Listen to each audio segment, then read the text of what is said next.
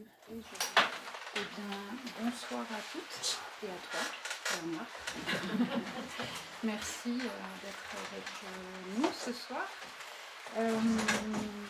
pour cette soirée où nous avons la joie de recevoir Jeanne Pertenon et Flora et Zoé, qui sont éditrices et fondatrices des éditions Les Prouesses.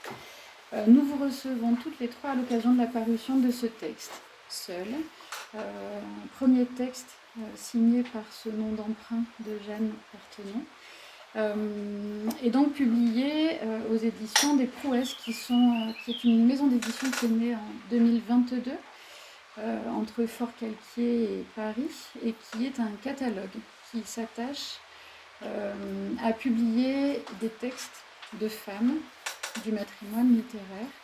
On avait eu la joie de vous recevoir à l'occasion de la création de la maison en 2022, et depuis on se croise évidemment.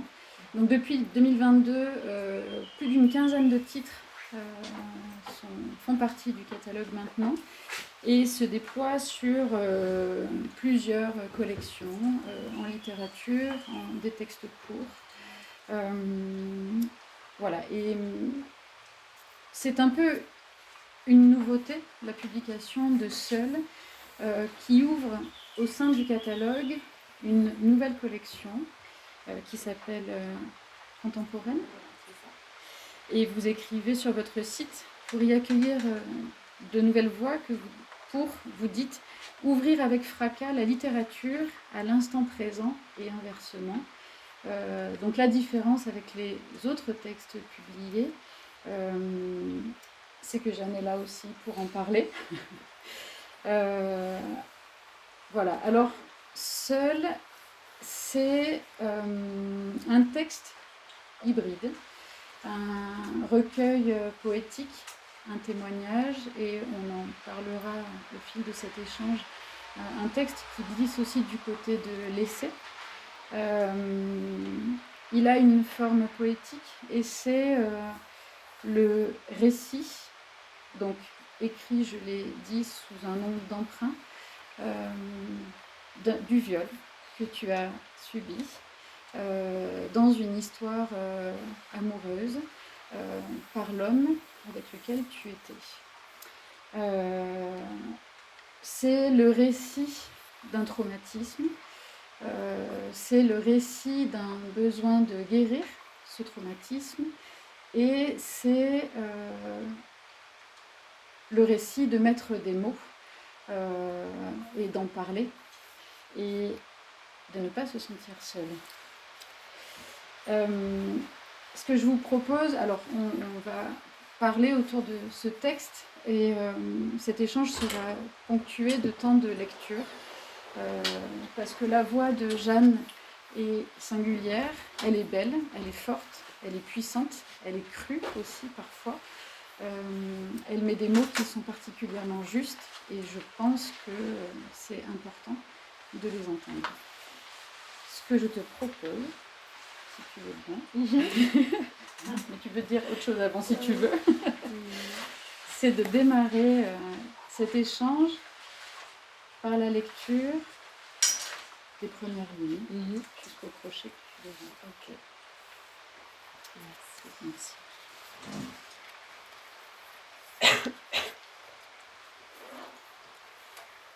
J'ai été violée et c'est banal, comme un pouls dans une cour de récréation. Mais depuis, je dors avec une ombre tapie dans mon vagin. Elle me chatouille et elle me gratte, comme une mycose, elle est ce résidu, ce champignon qui se propage, ce slip trop serré, ces lunettes de toilette sale. J'ai beau passer de l'huile de coco, ma chatte est rouge, violette, bleue. Elle ressemble à un hématome géant. J'ai beau frotter avec un gant de crin, ma chatte est un amas de goudron. J'ai beau prendre des douches, des bains, des douches encore, des bains, toujours je me sens crasseuse. Ma facture EDF en prend un coup, et toucher mon entrejambe continue de me donner des rejets gastriques. Si la situation est inconfortable, le lien de cause à effet, viol, ombre, tapis dans le vagin, ne s'est pas fait de suite. Merci. J'ai envie d'adresser ma première question à vous deux, Zoé et Flora, pour vous demander si vous pouvez nous raconter votre rencontre avec ce texte, comment vous le recevez, quel impact ont sur vous ces premières lignes. Voilà, l'histoire de ce projet.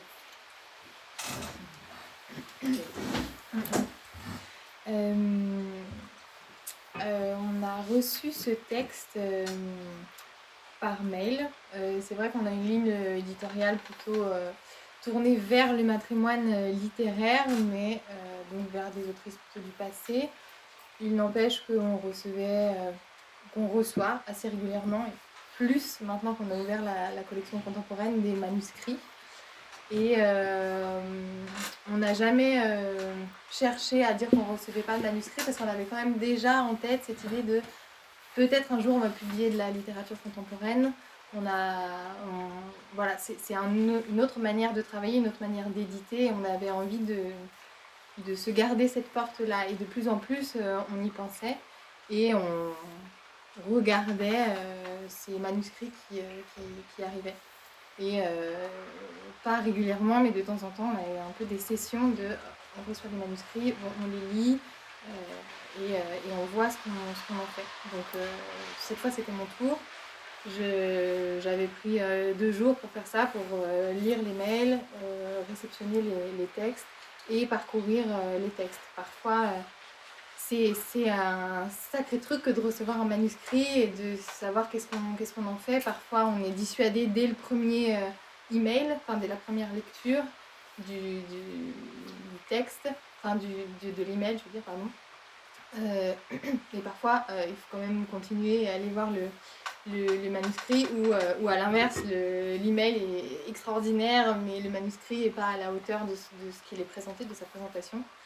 Là, je dois dire que le mail était très bien formulé, autant dans la présentation de l'ouvrage que aussi dans la manière d'avoir saisi la ligne éditoriale de cette dit. J'ai très bien compris que vous ne publiez pas d'autrice contemporaine, mais quand même, je vous l'envoie si jamais. Donc, il y avait aussi ce petit côté. Enfin, déjà, le fait d'avoir saisi la ligne éditoriale, c'est pas non plus toujours. Et moi, ça m'a un peu interpellée. Et aussi la petite audace de bon, j'y vais quand même, quoi, un peu au culot. Et puis après, il y avait le manuscrit. Il y avait bien sûr dans ton message, tu revenais sur un peu l'objet du manuscrit. Et il y avait le manuscrit. Et j'ai lu ces premières lignes. Entre le manuscrit et la version publiée, l'ouvrage a beaucoup changé de structure, mais pas ses premières lignes. J'ai lu, il s'est passé quelque chose d'assez fort, et j'ai lu tout. J'ai lu tout le PDF qui faisait 80 pages, et j'avais 2 jours pour lire, je sais pas, 50 mails manuscrits qui étaient arrivés, quoi. Je pense que ça, c'est un premier indicateur, avant de se dire est-ce que ça va marcher, pas marcher, le fait qu'à un moment, on s'arrête pas, on lise jusqu'au bout. Et voilà, ça a résonné très fort et personnellement. Et à la fin des 2 jours, ou peut-être même à la fin de la lecture, je te l'ai envoyé en disant vas-y, regarde, ça vaut le coup. Et de là, et ça allait très vite après. Ouais, moi du coup je l'ai reçu, j'ai dit ok, je regarde, c'est pareil,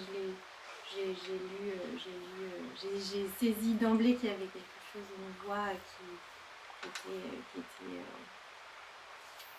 qui m'a happée et qui était importante et qui était puissante. Donc on s'est dit, assez rapidement on s'est dit qu'est-ce qu'on fait, du coup on n'avait pas prévu spécialement de faire des textes contemporains. Et on a un comité de lecture aussi, dont fait partie Pauline ici. Et on a fait passer au comité et tout le monde ne l'a pas lu parce que tout le monde n'a pas le temps de le lire, mais on a eu aussi un autre retour d'une personne qui a dit ouais, c'est vraiment, il y a quelque chose dans ce texte-là qui est vraiment fort, malgré la difficulté du sujet, qui pouvait être un frein à la lecture peut-être au sein du comité, puisqu'en plus on n'était vraiment pas sur l'habitude de lire des textes du matrimoine. Ouais. Et là, vraiment, tout de suite, il y a eu un espèce de consensus assez rapidement. Donc, on s'est lancé. Ça avait évidemment sa place au sein du catalogue des prouesses et ça valait vraiment la peine d'ouvrir une collection pour ce texte-là plus actuel et qui peut intégrer, faire partie d'un message voilà, plus large. Alors, évidemment, le viol est un sujet complexe, c'est un sujet sensible, qui est entouré de non-dits et de silences, et sur lequel il faut mettre des mots. Et donc c'est ce que tu fais, et par cette rencontre, c'est ce que nous allons faire aussi. Mais c'est un sujet et c'est un épisode douloureux, donc je vais te poser des questions avec le plus de précautions possible, mais évidemment, je te propose de te sentir vraiment libre de laisser certaines questions de côté si les réponses sont trop douloureuses. Mais normalement, Pas de souci. Voilà, il n'est pas question pour nous de participer à ne pas nommer les choses. Alors, dans ce texte, tu portes cette voix, il est écrit à la première personne. Celui, donc ton compagnon de l'époque, est appelé l'amoureux. Tu décris ce qu'il s'est passé, quelque chose comme 30 pages après le début. Ça parsème en fait le texte, mais il y a peut-être cette partie-là, si tu veux, si tu es d'accord aussi pour la lire. J'ai pas mis les crochets, je pense que je vais jusqu'à démarrer là et jusqu'à... Attends.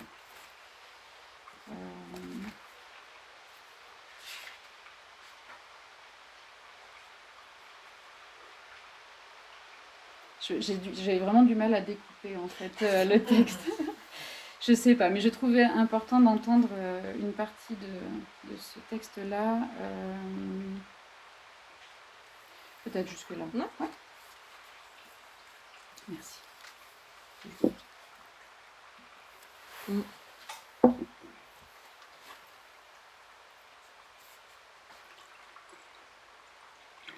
Comme j'ai bien appris la leçon à l'école, j'ai oublié. Instantanément, j'ai oublié, sans raison. Je me retrouvais là, nue aux toilettes, à frotter ma chatte.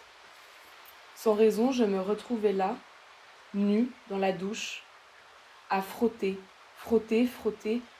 ma chatte. Sans raison, je me retrouvais là, nue dans la cuisine, à boire, liquéfier ma chatte. Pourtant, je suis allée chez le médecin il n'y a pas longtemps. Il ne m'a pas dit que j'avais un problème. Pourtant, je passe mes examens, mes oraux, ma mémoire fonctionne.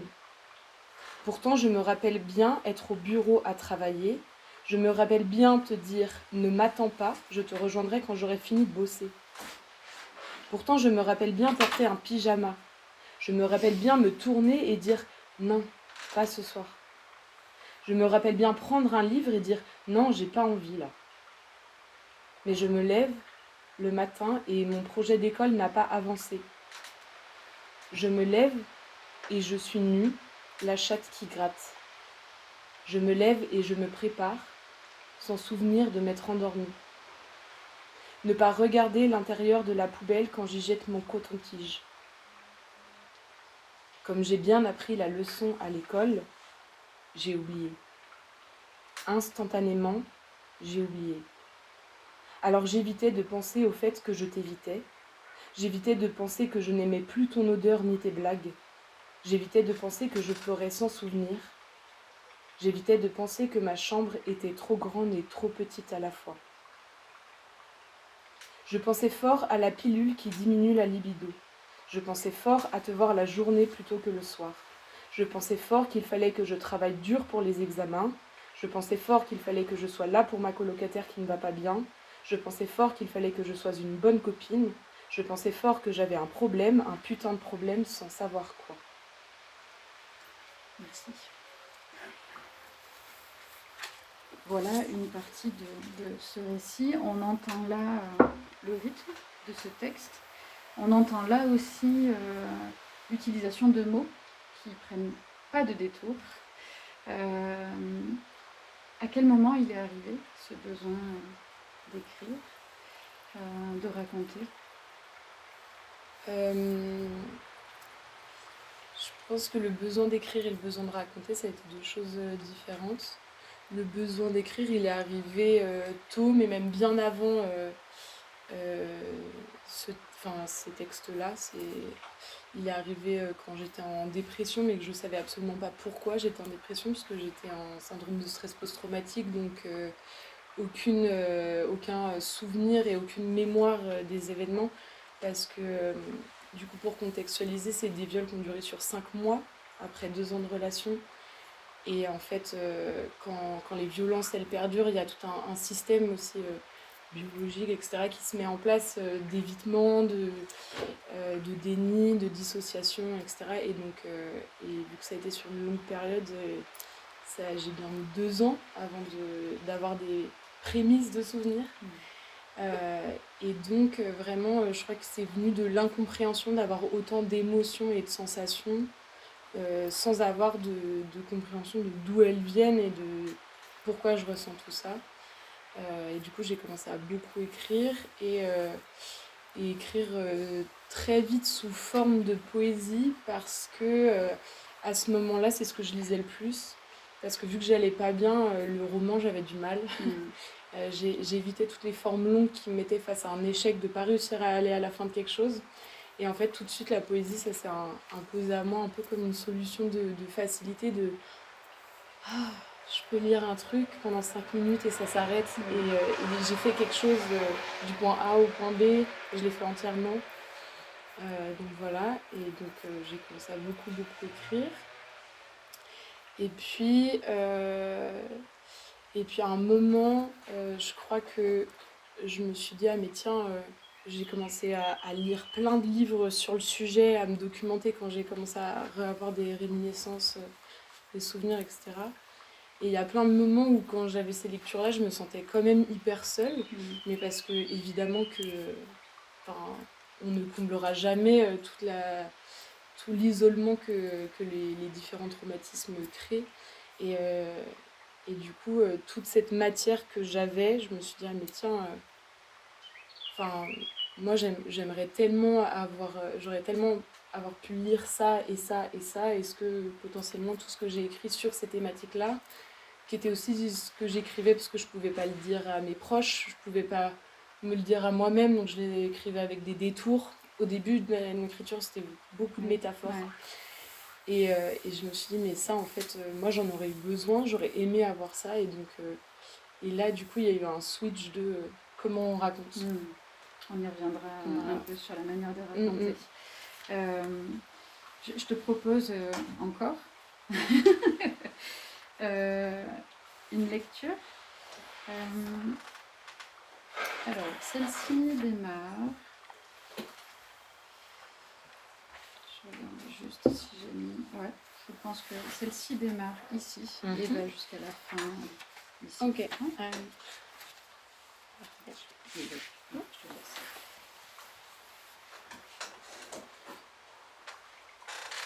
On est quelques pages avant le précédent extrait que tu viens de lire.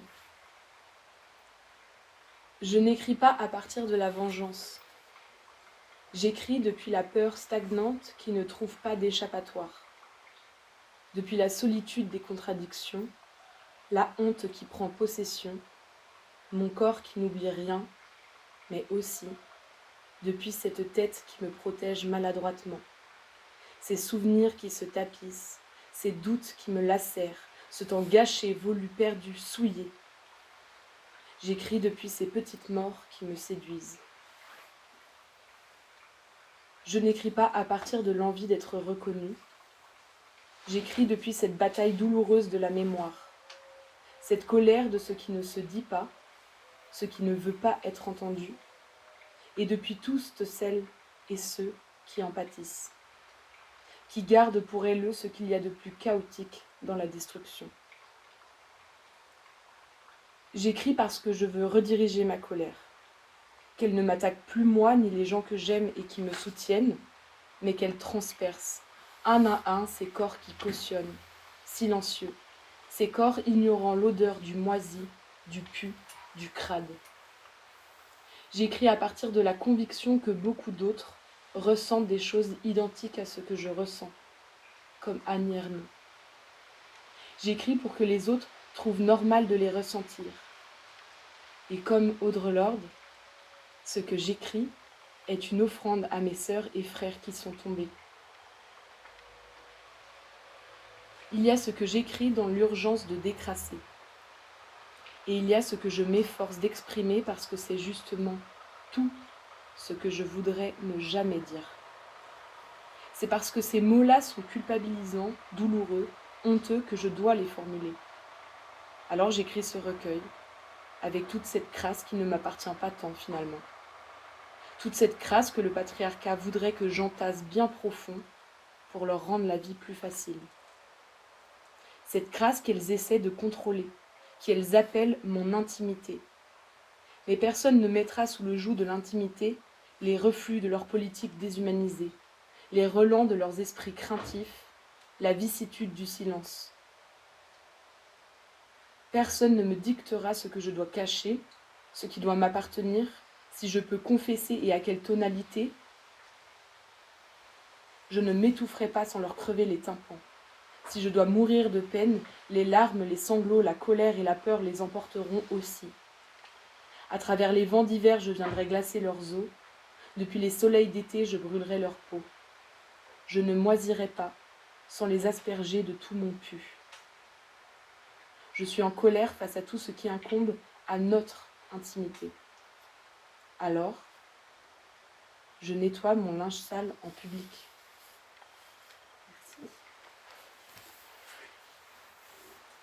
Ce passage-là, très fort, dit la nécessité de raconter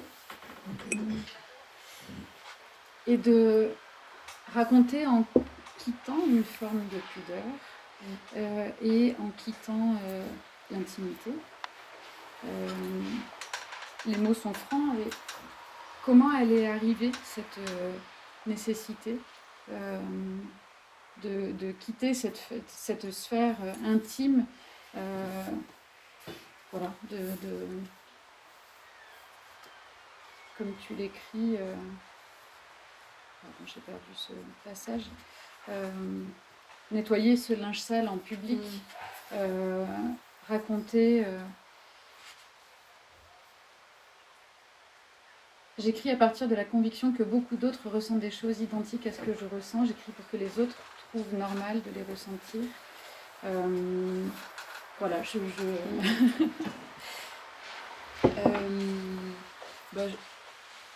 La solitude, hein. Ouais. Enfin, vraiment le fait de ressentir des choses et de vraiment me demander est-ce qu'il y a d'autres personnes qui ressentent ça ou est-ce que vraiment potentiellement c'est moi le problème.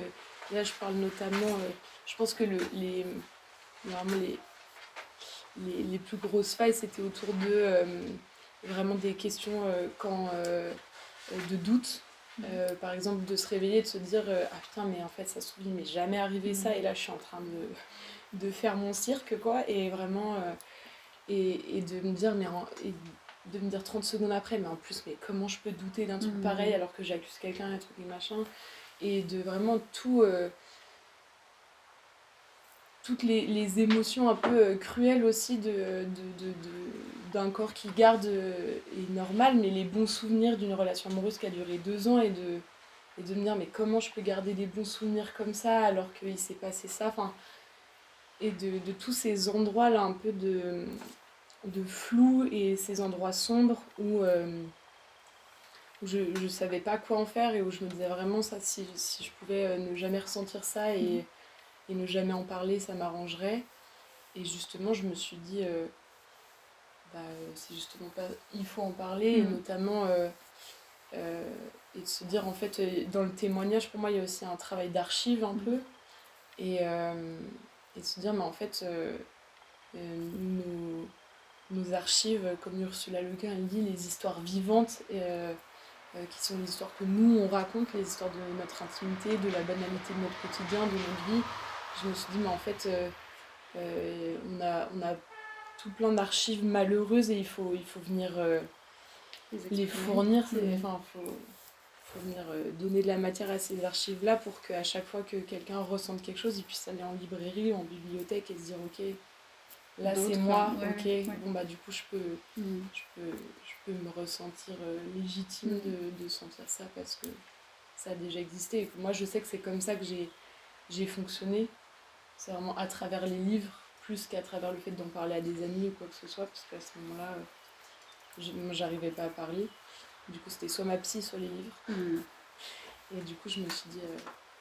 Et l'objet livre, je le trouve incroyable parce qu'on le ramène chez soi et que du coup il rentre dans notre intimité. Je me suis dit, voilà, c'est l'endroit où aller. On approche là, dans la construction du texte, de choses qui sont vraiment très importantes. Donc il y a dans la structure en fait, du livre des citations. Alors il y a deux choses. C'était deux questions, je vais un petit peu les mélanger, mais donc dans la structure du livre, il y a des parties, je dirais peut-être 5 grandes parties, qui sont introduites par des situations en exergue, comme celle-ci par exemple, de Cécile Coulon.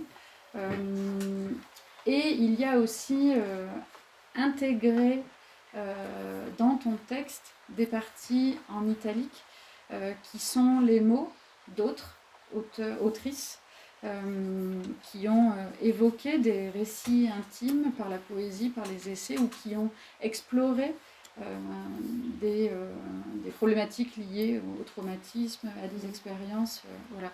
Donc c'est ces deux parties-là que j'aimerais, dont j'aimerais qu'on parle, en fait, qui font...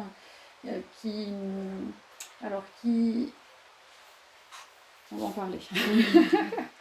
Sur ces citations en exergue qui pour moi, enfin je sais pas, j'y ai lu, donc on rentre par exemple par cette citation de Cécile Coulon,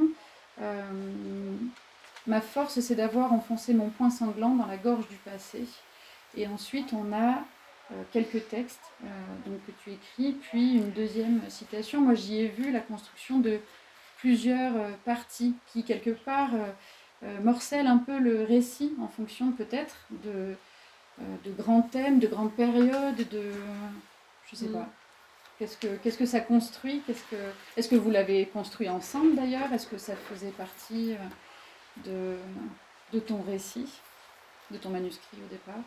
Ouais, ça faisait partie, c'était déjà dans le manuscrit. Ouais. Les citations, en plus elles ont été toutes modifiées à la fin. Ok. Parce que moi quand j'ai envoyé le manuscrit, j'avais pas encore assez de recul sur ce que j'avais produit et du coup tout s'enchevêtrait un petit peu. Et c'est vraiment, je pense, un mois avant qu'on me dise bon, ça va bientôt être imprimé, donc il faut s'arrêter, que là j'ai commencé à rechanger tout de place. Parce que justement du coup il y avait cette histoire de raconter et que en fait moi j'ai envoyé le manuscrit, j'ai envoyé les textes comme de manière chronologique, comment je les ai écrits, ce qui donnait quelque chose de très fragmenté. Et ce qui est intéressant parce que il y a aussi cette histoire de en fait la mémoire traumatique c'est une mémoire fragmentée et qui se raconte pas de manière chronologique et qui est pas sensée, qui est pas rationnelle, et du coup l'enjeu c'est un peu comment je garde cette fragmentation là et ces sauts dans le temps, ce qui apparaît comme des sauts dans le temps mais qui ne le sont pas vraiment, mais en même temps c'est destiné à être lu et du coup il faut que ce soit quelque chose qui soit digeste, que les gens aillent jusqu'au bout, et du coup pour ça il fallait aller vers la narration, et donc j'ai utilisé du coup ces citations là pour ponctuer en effet, et les citations qui sont là, c'est notamment parce que je voulais les mettre, mais que je les ai pas intégrées au texte parce que j'intégrais que celles qui venaient de manière naturelle ou qui étaient des citations. Par exemple, je lis un livre et j'ai cette phrase-là qui me... Je suis en waouh, et du coup je me mets à écrire depuis cette phrase-là. Et pour moi, c'était aussi déjà, c'était une marque de respect d'être en mode, bah, c'est toi qui m'as inspiré ce poème-là, donc je t'intègre dans mon travail. C'était aussi, à ce moment-là, j'étais en train de travailler sur mon mémoire, et il y avait beaucoup de questions de comment on fait les citations, les trucs, les machins, et moi je me disais, mais en fait, dans le travail de mémoire, il y a plein de citations, et c'est ce que j'aime dans les livres, c'est vraiment les notes de bas de page, plus il y en a, plus je suis contente, donc j'étais en mode, je veux pas qu'il y ait un livre sans notes de bas de page. Et surtout, je me disais, mais en fait, il y a vraiment cette idée, enfin, abolir l'idée de. C'est pas du tout comme ça que nous, mais l'idée du potentiel génie, de ah ouais, j'ai pondu ça comme ça, et de dire, mais en fait, nos pensées, nos réflexions, elles sont tout le temps situées, elles viennent tout le temps de travail de d'autres personnes avant nous, et du coup, c'était inscrire, moi, ma réflexion dans une réflexion et dans un matrimoine qui existe déjà. Et de dire en fait je suis une partie de ça, mais voilà. Et aussi c'était l'idée d'être de me dire moi c'est des ouvrages qui m'ont fait du bien, et du coup les intégrer dans le livre, c'est une manière de dire aux gens bah, par exemple si ce poème là il te parle énormément, bah, tu sais que tu as une citation et que tu as un livre et que tu as une référence à laquelle te raccrocher qui potentiellement est dans la même dynamique que ce poème là. Et donc du coup ça a donné un peu aussi une sorte de petit guide de plein de références qui font du bien et qui...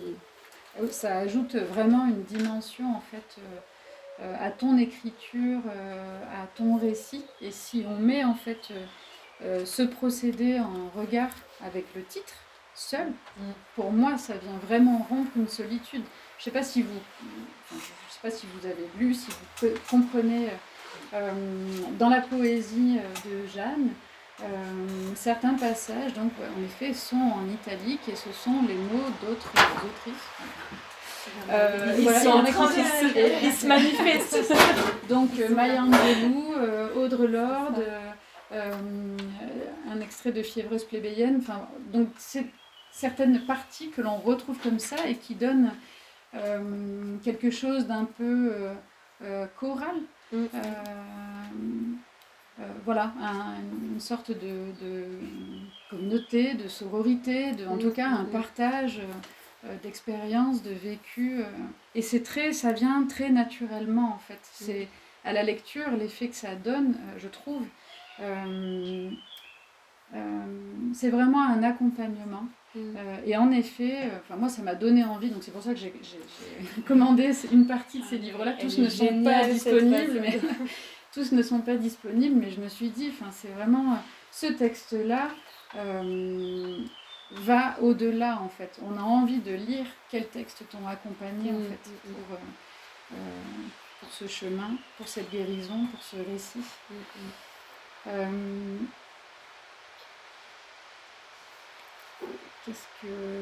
J'avais d'autres passages intéressants, on a plein de passages intéressants à lire.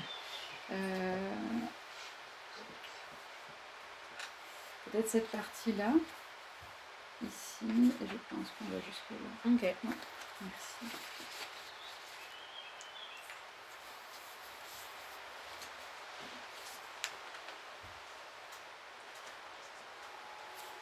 Pour aller mieux, il n'y a pas de recette magique, mais en parler, dit-on. Ça aide. Encore faut-il en parler de la bonne manière. Éviter le trauma dump relou, le silence embarrassant, le malaise qui fait pitié. En parler sans trop faire la victime, c'est triste. Et un peu repoussant aussi. Parler sans dramatiser, mais sans être trop décontracté. C'est bizarre.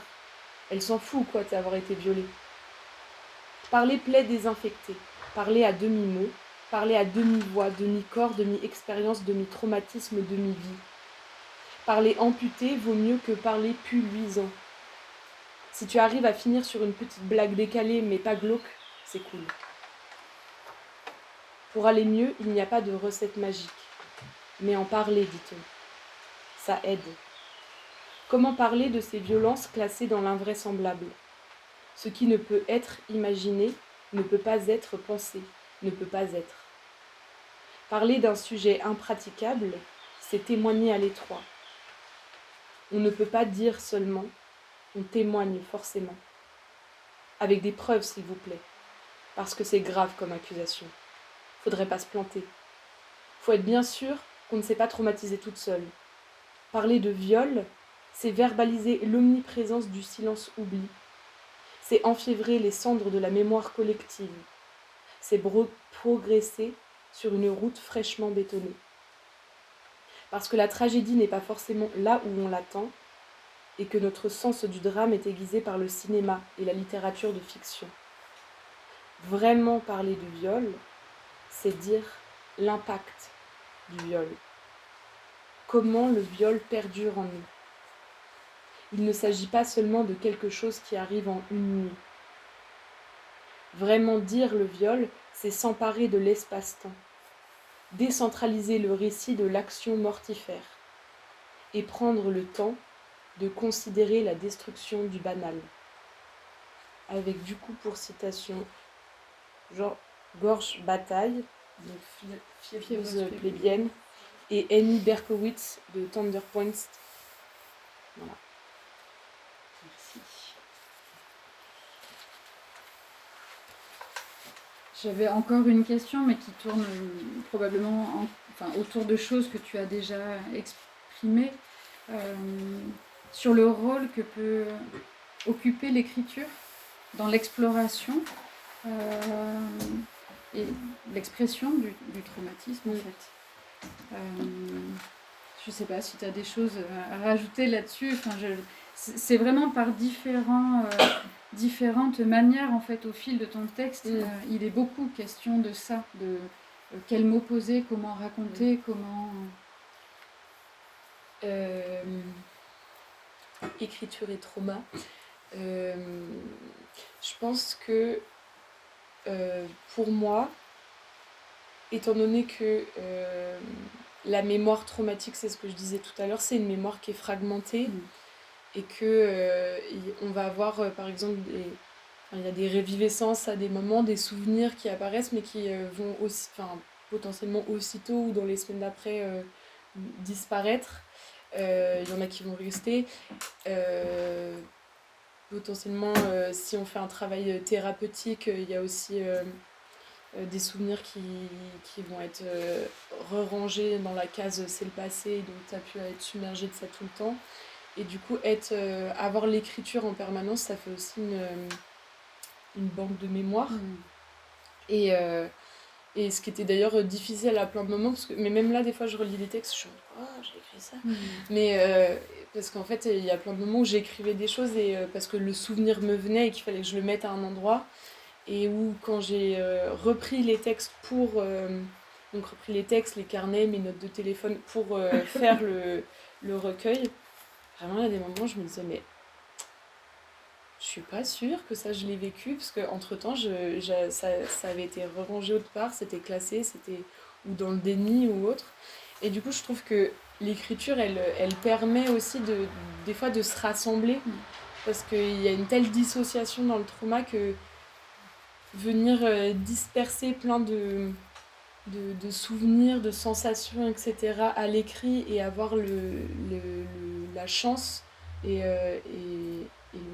le truc de venir rassembler tout ça en un seul objet ou à un seul endroit, ça peut être un carnet, un placard. Et bah c'est hyper... je sais pas comment dire, il y a un côté où moi ça me rassemblait moi en fait. Et il y a plein de moments alors qu'il n'était pas du tout question de publier le texte ou de faire lire, etc. Mais mes textes, j'y revenais juste pour me dire, ok, non, je suis pas folle. Il y a un moment, j'ai écrit ça à tel endroit. Ok, non, ça a bien existé. Et du coup, c'est vraiment un espace de soin aussi et c'est ça, de venir créer, reprendre le dessus sur la mémoire traumatique et créer potentiellement une narration là où en fait il n'y a pas de narration, il n'y a pas de chronologie et tout est très dispersé, quoi. J'ai encore une lecture.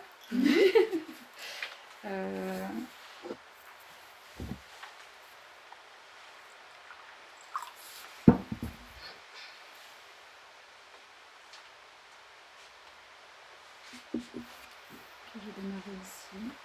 Je te propose d'arrêter là. Oui, sur le prochain. Merci.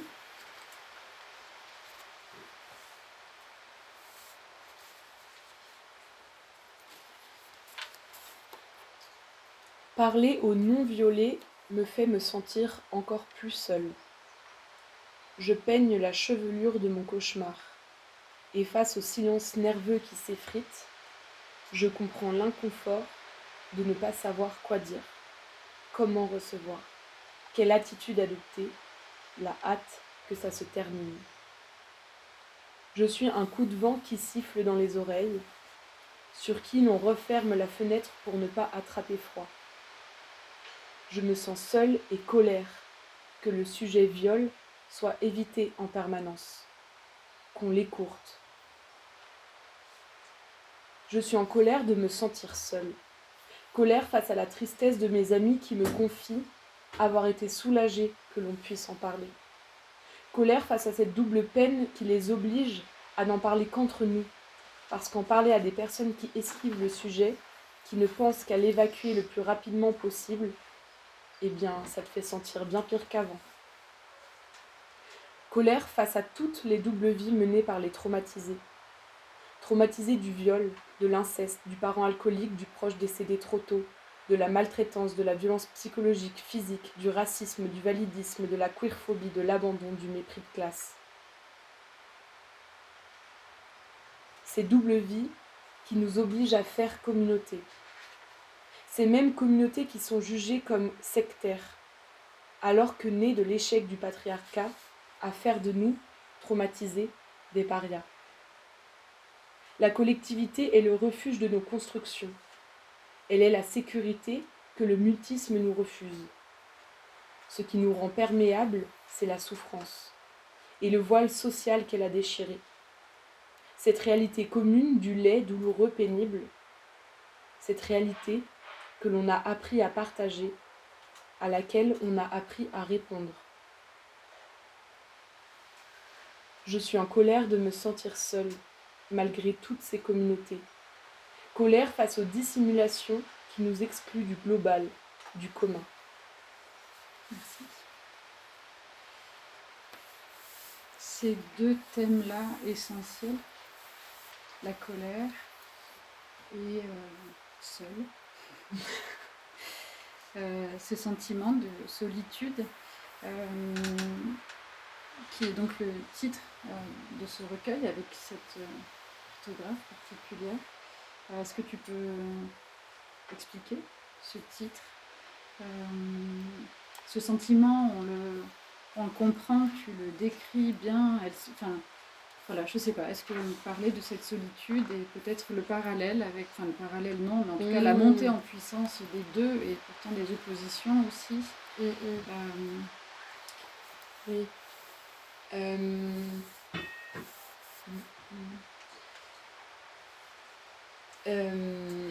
Je pense qu'il y a eu deux moments un peu distincts. Moi, quand j'ai fait une dépression au tout début, alors sûrement qu'il existait déjà pas mal de livres, mais je crois que ma première lecture c'était King Kong Theory de Despentes, et qui dit à un moment, il y a un passage où elle dit que, bon alors elle c'était bien avant, mais où elle dit qu'en fait elle avait toujours pris refuge dans la littérature et que là, au pire moment de sa vie, elle n'avait pas trouvé de refuge à cet endroit-là. Et je pense que moi, je me suis retrouvée dans cette situation, mais non pas forcément parce que les livres n'existaient pas du tout, mais parce que je pense qu'en fait, ils existaient, mais ils existaient... Enfin, ils existaient, mais en étant invisibilisés. Du coup, c'était pas toujours des livres qui étaient faciles... Enfin, c'est pas comme maintenant où en fait tu arrives dans une librairie indépendante et tu y vas et que sur la table tu as carrément des livres qui parlent de ça et le sujet est clair et etc. Et que aussi, et du coup et en plus c'était des moments où t'es fragile et donc est-ce que tu as la force d'aller en librairie et de dire je cherche quelque chose sur le viol parce que c'est pas sur la table. Et du coup, je me suis un peu perdue, mais en gros, il y a eu ce moment-là où vraiment j'ai ressenti un truc de solitude, mais aussi parce que je ne me tournais pas vers les communautés féministes, parce que la maladie de dépression faisait qu'en fait, j'étais vraiment dans ma bulle de souffrance. Et quand j'ai eu, du coup, quelques années après, la possibilité de me tourner vers les communautés féministes, les livres, les trucs et les machins, c'est ce que je disais tout à l'heure, malgré ça, il y avait quand même ce sentiment de solitude qui perdurait et qui était en plus un sentiment de solitude que je partageais avec du coup mes amis très proches qui avaient aussi vécu des viols et avec qui c'était pratiquement les seules personnes avec qui j'en parlais. Et qui est d'ailleurs là dans dans le texte que je viens de lire, il y a un moment, un texte qui est en italique et où il n'y a pas de citation, parce qu'en fait c'est une amie. Du coup j'avais dire mais c'est pertinent ce que tu dis, et du coup j'avais noté, j'avais dit ça je vais le mettre dans le bouquin.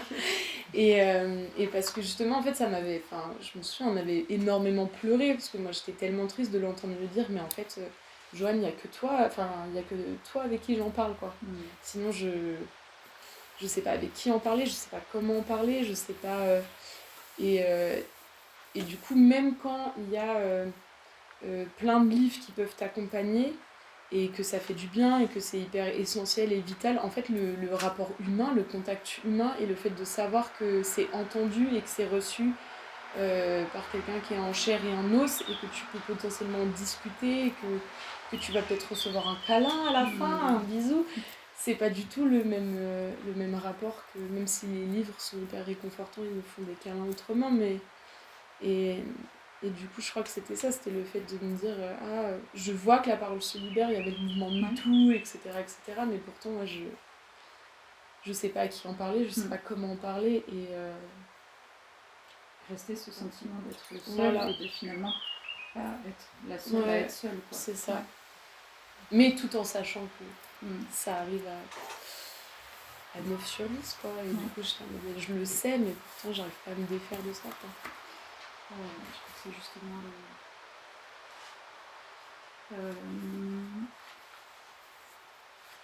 c'est cette partie là jusqu'à ici. Ouais. Avec plaisir. Merci.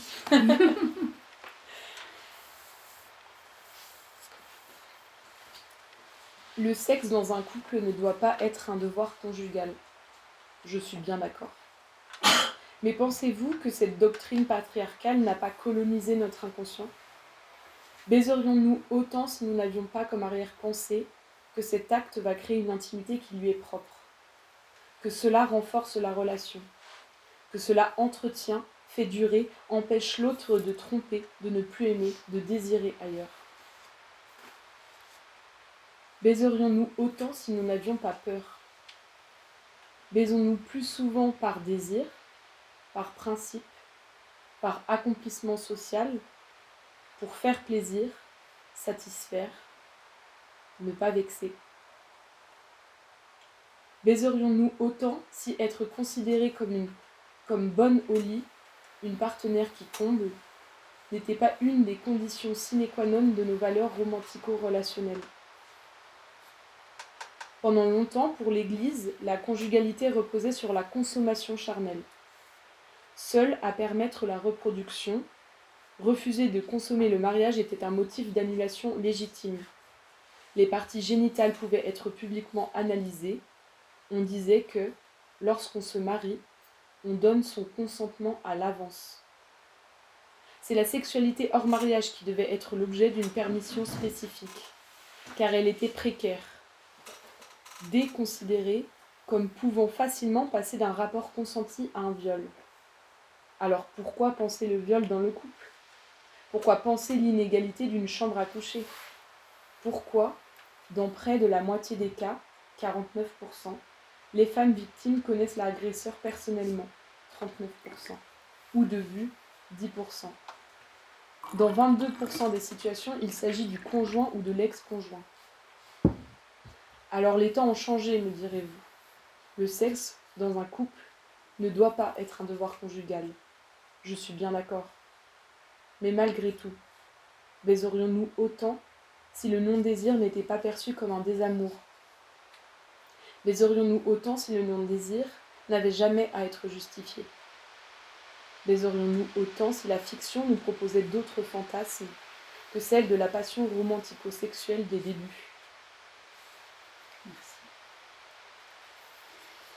Je ne sais pas si on l'a entendu, mais il y a vraiment tout au long de ton texte cette dimension-là qui porte un discours militant, politique, qui va au-delà du témoignage, qui pose des mots sur ce qu'on appelle le viol conjugal, qui est un impensé en fait, et qui amène une réflexion, qui donne des éléments. Elle est arrivée à quel moment, cette volonté pour toi d'écrire, de prêter ta voix, peut-être pour participer à une réflexion autour de cet impensé, d'accompagner le récit de ce vécu, d'une réflexion qui va au-delà. Et c'est arrivé... Je pense que j'ai décidé de le faire publier, enfin de vouloir du moins, le faire publier il y a 2 ans, un an avant que j'envoie le manuscrit.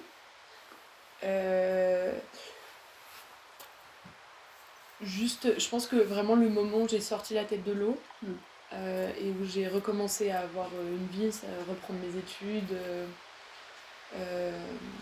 et être un peu plus ancrée dans mes pompes, là je me suis dit c'est bon, j'ai l'énergie, je peux le faire. Et encore une fois, ce truc de... je me sentais plus clairvoyante et du coup je me suis dit mais moi j'aimerais bien... et en fait ouais, vraiment ce truc de lire énormément, en fait, c'est ça, je commençais à accumuler, à avoir une bibliothèque. Dès que ça parlait de viol, j'étais en mode... Et ouais, la libraire, elle a dû se dire, oh, putain, la meuf, elle arrive tout dans les mains à commander des trucs sur ce sujet-là. Et du coup, il y a eu des moments où je me suis dit, ah mais tiens, ça parle très peu souvent de viol conjugal. Et vu que bah, moi, c'est ce que j'avais vécu, je me suis dit, ok, bon bah... c'est parti, faut le faire, parce que même juridiquement, hein, c'est traité différemment, et que de toute manière, tout est... Enfin, il n'y a pas de... Comment dire? C'est pas pour dissocier différents types de viol, mais c'était juste pour dire, c'est vrai que dans le narratif sur le viol, c'était pas ce que moi je retrouvais beaucoup, et que en fait, je crois que ce qui me manquait le plus, c'était ce truc de... c'est quelqu'un que j'aime profondément et avec qui j'ai eu une longue relation à cet âge-là, 22 ans. Ça a été très long, 2 ans. Donc, et je me disais, là, ça me manque. Là, ça me manque de me dire, c'est arrivé à d'autres, même si théoriquement, avec les chiffres, je le savais. Mais j'avais besoin de le lire et du coup, je me suis dit à ce moment-là... j'ai écrit ce... Tu l'as écrit, quoi. Voilà. Ouais. Bon, après, je l'ai écrit, c'était déjà écrit. Hein. Oui. Toutes mes notes, j'ai tout repris, j'ai mis en forme, et puis voilà. Donc, on l'a dit, ce texte, il se tient à la croisée du témoignage, de la poésie, d'un texte très engagé. Il apporte, si besoin était, la preuve que le viol est la possibilité laissée par la société d'une domination qui facilite le silence, le patriarcat, des choix politiques qui empêchent qu'on considère la parole des victimes et qu'on transforme le système. Et alors, tu l'as dit, l'écrire sous une forme poétique, c'était pour toi, je ne sais pas si tu dis par fainéantise, mais en tout cas, ça donne vraiment quelque chose, en tout cas dans la forme de rythmer, ça reprend aussi, moi je trouve quelque chose de l'oralité, de dire autrement, trouver d'autres mots, et peut-être avoir la possibilité d'être entendu. Créer des images aussi. Ouais. Enfin, moi je crois que c'était beaucoup ça, la poésie c'était vraiment la question de comment faire part de sensations qui sont immondes, et comment cette laideur-là, et d'ailleurs c'est un peu aussi le travail de la couverture, Mais comment en fait apporter un vrai soin esthétique et aussi un vrai soin du langage littéraire, etc., à des sujets qui sont souvent de l'ordre plutôt de l'essai, etc. Et là, je te demande, non, mais... Enfin, c'est pas une question de rendre ça beau, mais c'est déjà une question de dire, en fait, il y a de la beauté dans les chemins parcourus, dans la ténacité, dans la guérison, etc. Et que c'est important de la montrer, cette beauté-là. Et de vraiment pouvoir... moi, je crois que c'était le médium qui me permettait de raconter au plus proche vraiment les sensations et quelles étaient les matières de mes émotions et les textures de ce que je vivais. Et du coup, c'était vraiment à travers la poésie que ça se permet. Que c'était possible. Tu écris à un moment, écrire ma douleur en poésie n'a rien de sentimental. Flora et Zoé, quelle place il occupe ce texte maintenant pour vous dans le catalogue? Est-ce que c'est peut-être un tournant? Est-ce que ça restera une exception? Est-ce que il y a maintenant aussi aux prouesses une volonté de se confronter autrement et d'apporter des textes différents sur des questions très contemporaines, en tout cas des voix contemporaines? Oui. Enfin, je veux dire, oui, on a l'intention d'ouvrir encore le champ à d'autres textes contemporains. C'est sûr, après, on reçoit des textes, on les lit, on attend d'être captivé, on attend d'avoir la sensation qu'effectivement il y a quelque chose d'important à dire, il y a un angle impensé à montrer, à recueillir, quoi, à faire pour l'intégrer dans des textes qui sont un peu comme tu disais sur la mémoire, constituer des archives de voix, de récits de femmes, de leur point de vue, de leur situation, de les consigner, de leur offrir aussi un écrin, des objets dans lesquels ils restent, que les gens puissent les ramener chez eux. Donc, sous toutes les formes. C'est vrai que ton texte avait aussi cette particularité de faire chorale avec d'autres textes, dont certaines écrivaines qu'on avait déjà accueillies. C'était aussi comme un pont, quoi, et Martin nous a emmenés dans un autre champ qu'on attend de faire pousser en fonction des propositions. C'est un autre horizon. Alors j'avais prévu de le dire en introduction, évidemment j'ai oublié. Jeanne est là aujourd'hui, elle sera là aussi demain.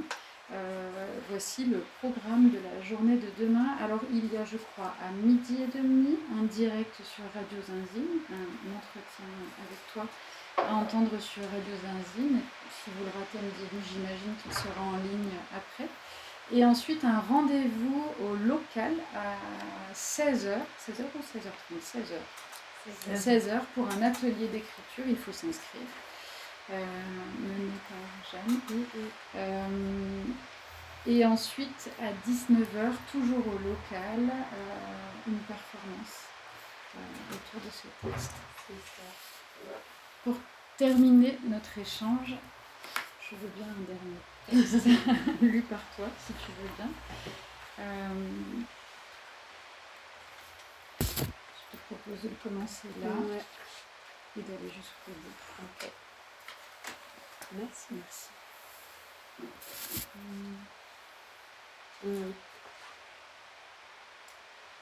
Je me sens seule malgré cette communauté que je sais en action. Ces violets mis en quarantaine, qui défoncent les portes en PVC transparent et s'encouragent à parler, dire, communiquer, témoigner, confier, crier. Je les remercie pour les vies qu'elles sauvent, les guérisons qu'elles permettent et l'isolement qu'elles invitent à rompre jour après jour. Si mes textes luttent auprès d'elles et sont toujours une offrande à mes sœurs et frères qui sont tombés, ils s'adressent aussi à toutes celles et ceux qui n'ont pas bercé la mort jusque dans leur lit. Mes textes sont une invitation à la compréhension. Ils réclament patience et attention pour celles et ceux qui ont le cran de témoigner. Si elles osent dépasser la peur du rejet, appelons-en à notre humanité et tournons le dos au reniement. Nous participerons ainsi, armés du courage de l'écoute et de l'intention de donner suite, à briser la solitude et dans une certaine mesure à soulager la peur.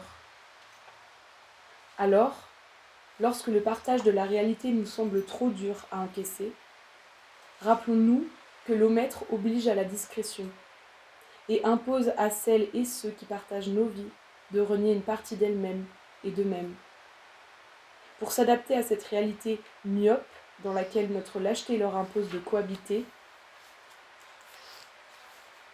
alors si la peur de ne pas être la bonne interlocutrice nous angoisse, acceptons que beaucoup de conversations sont faites d'une personne ne pouvant pas tout comprendre et d'une autre ne pouvant pas tout dire. Merci. Merci beaucoup. Vous avez peut-être des questions, des choses. Moi, Oui, je Benjamin. voulais vous poser une question à toutes les trois sur le travail d'édition. Vous avez évoqué tout à l'heure que le texte avait changé depuis la réception du manuscrit. Est-ce que comment vous avez manipulé, c'est pas le bon mot, mais comment on prend en charge une matière pareille et comment on fait un travail, quel genre de travail éditorial on peut faire sur une matière comme celle-ci? Et sur ce texte, quel travail vous avez pu faire? On a discuté, on a échangé sur la structure et dans le détail. Et après, le travail revenait à Jeanne, toutes les suggestions qu'on pouvait faire. C'était à toi ensuite de les prendre en considération, de ne pas écouter ce qu'on pouvait en dire. C'est super important parce que je trouve que quand on fait des retours, on n'est pas sûr de nous non plus. C'est qu'un point de vue, il faut en discuter. On ne sait pas si on va améliorer un texte ou dénaturer Enfin voilà, c'est très... On est aussi pas mal dans le doute. Et donc après, c'est vrai que les retours, je sais pas comment toi tu les as perçus, et tu t'en es emparé. Et voilà.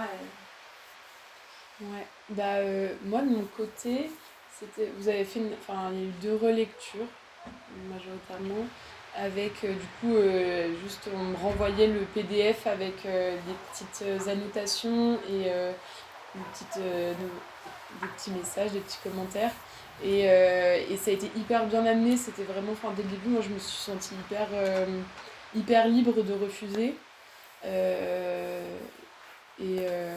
Donc voilà, et dans le mail c'était vraiment, et dans les discussions c'était vraiment en mode nous c'est notre point de vue, ce que tu as dit.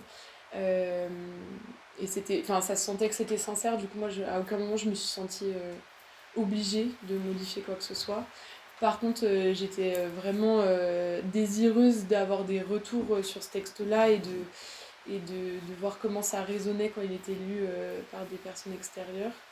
Et du coup, moi les retours, majoritairement, je les ai vraiment énormément appréciés. Ils ont modifié, j'ai coupé beaucoup de parties, j'ai modifié certaines parties, l'ordre aussi. Et c'était vraiment hyper agréable en fait d'avoir sur un travail qui macère un peu, d'avoir vraiment un vent d'air frais venant de l'extérieur. Et en plus un vent d'air frais très bienveillant. Donc c'était très facile de faire ça. Et après l'envoi du premier PDF avec beaucoup de commentaires quand même au départ, je sais pas, t'as mis un peu de temps à répondre à chaque. Ça se trouve, elle va se dire ah non, mais c'est n'importe quoi, j'ai pas envie de travailler. Alors que moi j'étais en train de geeker sur les commentaires, je me disais c'est génial. Du coup j'ai complètement oublié de répondre, je me disais c'est super. Et pareil, moi je l'ai très peu fait lire, mais parce que c'était un peu qui veut se prendre 80 pages de lecture et qu'en plus c'était pendant que je terminais mes études et du coup tous mes potes écrivaient leurs mémoires. Donc tout le monde était en train de oui, on le lira plus tard. Donc là c'était bien d'avoir un retour. Et il y a eu aussi un retravail un peu de la forme, notamment de la césure. Parce qu'entre le document Word sur lequel tu as envoyé le manuscrit et la taille de la maquette du livre, ça obligeait certains vers qui n'étaient pas césurés à l'être, ou ça créait une nouvelle césure, ou ça faisait. Ça bougeait la maquette et ça a obligé à retravailler. Enfin, toi, de ton côté, la manière dont du coup, le texte était découpé et non le rythme, à recréer peut-être d'autres rythmes, ou alors à essayer de trouver comment on gardait ce rythme-là. Ça a été aussi une forme de contrainte de retravail d'écriture, de discussion à la fin. Ouais, ça c'était plus subi. J'étais vraiment en mode ah non, mince, c'est vrai que j'ai fait un truc en A4 quoi.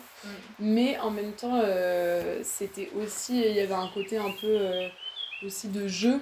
De se dire en fait c'est une forme malléable et du coup s'emparer de cette contrainte là pour se dire en fait ça permet et du coup en plus avec cette contrainte là moi il y a plein de moments où j'ai relu et il n'y avait pas besoin de créer de nouvelles césures et en fait j'en ai quand même changé parce que du coup ça m'a apporté un autre regard sur l'écriture. Je me disais ah ouais voilà je suis obligée de faire une césure, ah mais en fait ça crée tel rythme que j'ai jamais encore utilisé et que je trouve trop chouette et du coup je le replaçais à d'autres endroits et donc dans tous les cas, c'était riche, quoi. Puis de toute façon, c'est aussi la force de la poésie, c'est tu l'as lu là, il n'y a pas de ponctuation dans ton texte, il n'y a pas de... Donc on peut le lire de plein de manières différentes, ces césures et ce rythme-là, tu l'as lu d'une manière que moi je l'avais lu, évidemment. C'est vrai que c'est parce que moi j'avais fait mes propres césures, j'avais fait mes propres rythmes et à plusieurs reprises je me suis dit ah ouais, je n'avais pas... Donc ça a été intéressant de travailler sur la forme là. Il y a eu aussi tout un travail de demander les autorisations à toutes les personnes que tu cites. Et d'ailleurs qu'on n'a pas tout eu. Voilà, il y en a que tu n'as pas pu garder parce qu'ils ne nous ont pas accordé l'autorisation de raccourcir. Non, mais c'était parfois c'était insupportable. Des auteurs dont tu citais une phrase et Flammarion nous demandait tout un formulaire pour nous dire ce sera 50 €. Ah bah non.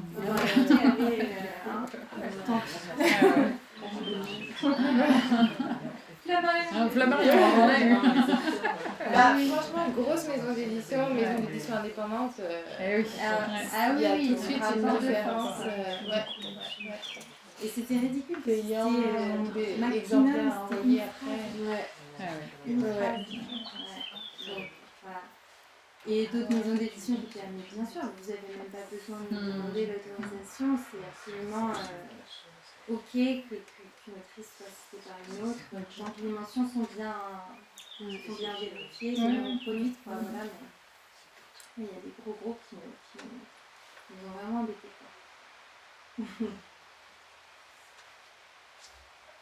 Moi j'avais une question justement sur ce manque de ponctuation et de majuscules. Est-ce que tu peux nous dire pourquoi tu as choisi cette forme-là? Ouais, parce que pour moi, je parlais beaucoup, quand j'écris, déjà je parle beaucoup, mais en plus il y avait l'écriture elle est volontairement très parlée. Il y avait vraiment une volonté à travers la poésie qui peut paraître un peu élitiste et qui des fois est un champ de la littérature qui peut faire un peu peur, de vraiment la nourrir de mots vulgaires, de mots du quotidien et d'être dans quelque chose de parlé. Et du coup pour moi ce qui se rapprochait le plus de quelque chose de parlé c'était de ponctuer en revenant à la ligne. Et en plus ça permettait d'avoir des textes avec moi visuellement je trouvais que ça respirait et du coup et j'écrivais en me disant ta ta ta ta et dès que j'avais une idée qui s'arrêtait hop je passais Et du coup, c'était vraiment, moi, je trouve que pour moi, il y a une ponctuation, et la ponctuation, c'est une seule, c'est revenir à la ligne en permanence. C'est ça. Et c'est...